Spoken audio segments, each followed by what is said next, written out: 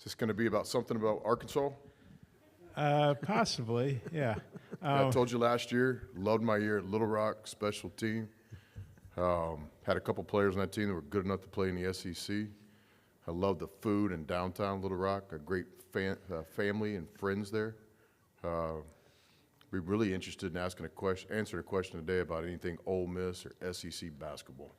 Well, if you'll indulge me, you and Porter are both UALR alums, I would say, and Porter talked about it. He talked about you guys doing a clinic in Hot Springs together a couple years ago. I just wonder what you think about two ex-UALR coaches coaching big-time programs in the SEC, and maybe how being at UALR, I know you're just there 1 year, but it was obviously an incredible year, how that's maybe helped you get to where you are now. Yeah, Porter's a friend. Coaches use that word pretty loosely, friend. I think with Porter and I, it's a little bit different. A lot of respect for Porter, his journey along the way.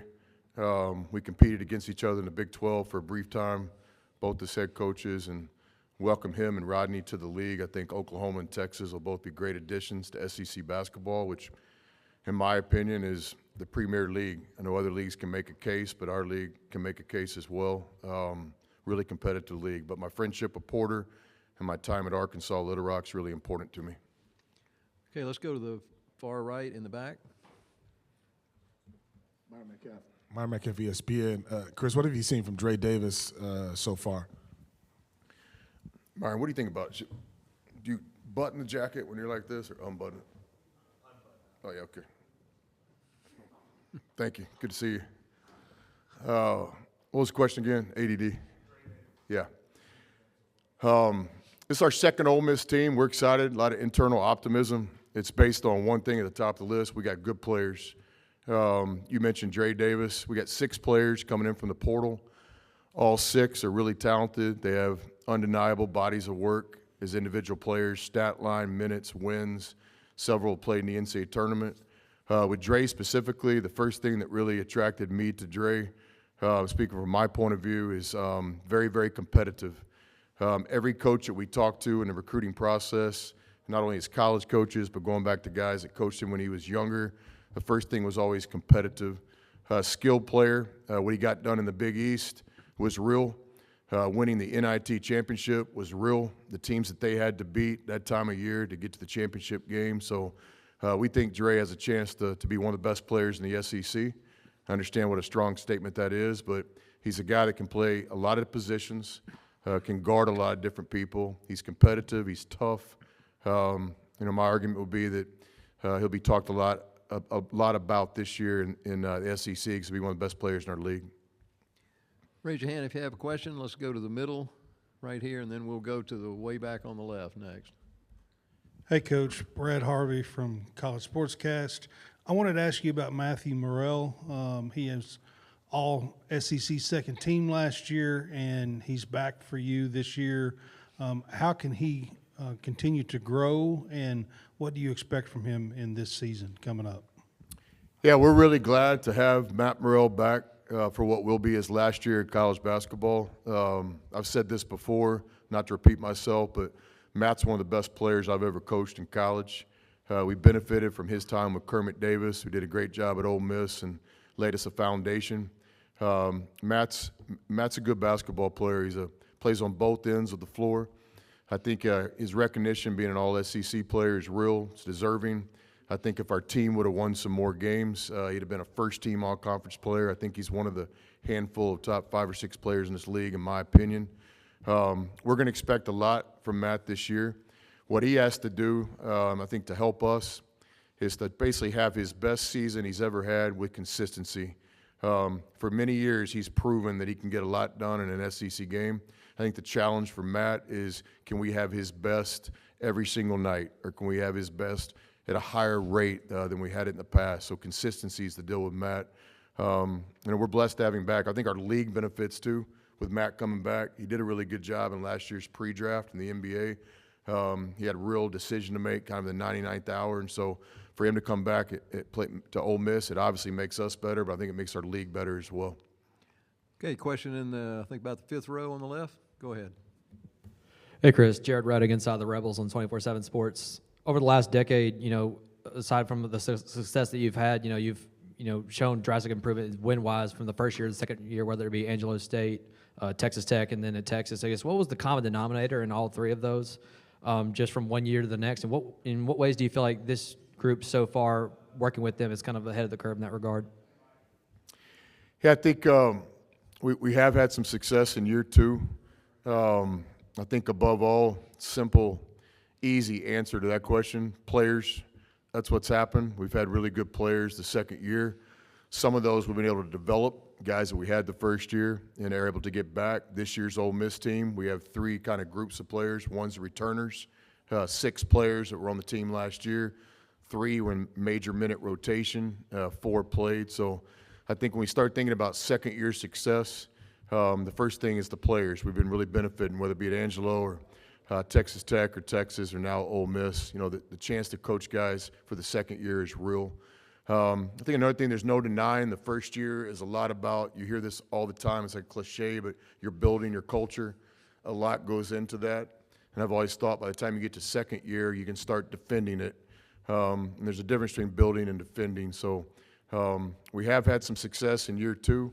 We have very high expectations this year in Oxford. We believe we have the players, the talent on the roster, the fan base, the leadership with our chancellor and AD. So we have a lot of good things going on our way, and we're really excited about getting the season started here in a few weeks.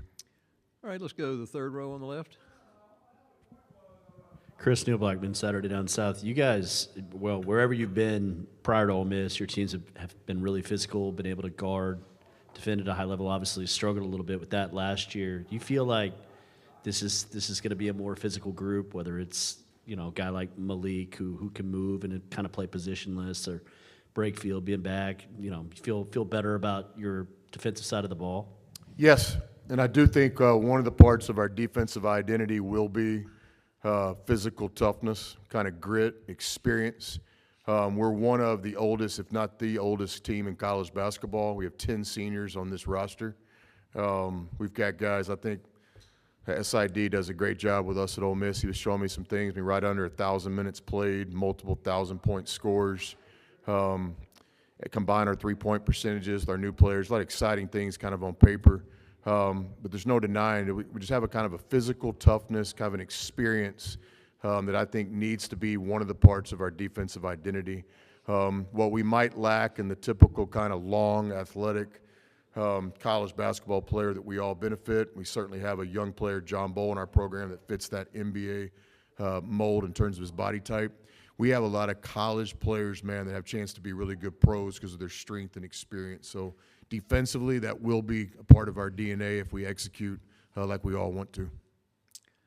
Other questions, please raise your hand. All right, let's come back to the front row in the middle. Yeah, Chris, I know you guys were ranked at times last year, and you're in the preseason poll. I honestly can't remember the last time they happened to Ole Miss. It probably maybe happened on Rob Evans or somebody. But I know it's preseason poll and all that, but how big a deal is that for when you're trying to build up your program? And just what do you think about 9 SEC basketball teams being ranked? I think that's more than the football teams were ranked in preseason. And just what do you think about the league as a whole, and how many bids you guys can realistically expect? Yeah, I think the first part of that question, I've only been at Ole Miss 2 years, and so for us to be nationally ranked going into the season, that's one of the objectives. I mean, to win 6 games in 3 weekends and to be a team that can compete for a national championship, which is what our goal is, period. It helps to be one of those top 25 or 30 teams before the season starts. It can be done the other way. We did that with our Elite 8 team at Texas Tech. I thought we were good enough that year to win the championship, and I don't believe that team was pre-ranked in the preseason. So proud of that. We don't spend any time talking with our players about the rankings, but I think to be recognized, I think it's good for our fan base. I think our coaches have done a really good job recruiting. In today's world, if you can get kind of a ranking, really it's respect for your players more than anything. It's the people that make the votes looking at where players play, because you're not really looking at this team was really good last year. A few exceptions on that because everybody has new players. So I think it's a positive remark towards the talent we have on our roster. So I give our staff a lot of credit in the recruiting on that. What was the second part of that question? Just the SEC having 9 teams. Yeah. And just what that says. And I can't remember, one of the coaches say he thinks you guys deserve, maybe 12 bids or something. Yeah, I think when you look at it, to me, it's pretty easy to figure out 9, but then I'm looking at 10, 11, 12, and they should be in there too. So, look, I think the SEC, I was so impressed year one. I mean, you got championship coaches, Hall of Fame guys that will be in the Hall of Fame. You've got really good players, obviously the NBA draft picks, more SEC players on opening date. We know the stats. Then you've got a lot of other really, really good college basketball players that might not play in the NBA one day, but they're going to feed their families for many years. Some of the best players in college basketball. I think your home venues, we didn't go anywhere last year that I thought it was going to be an easy night for us to play, and I was looking for one.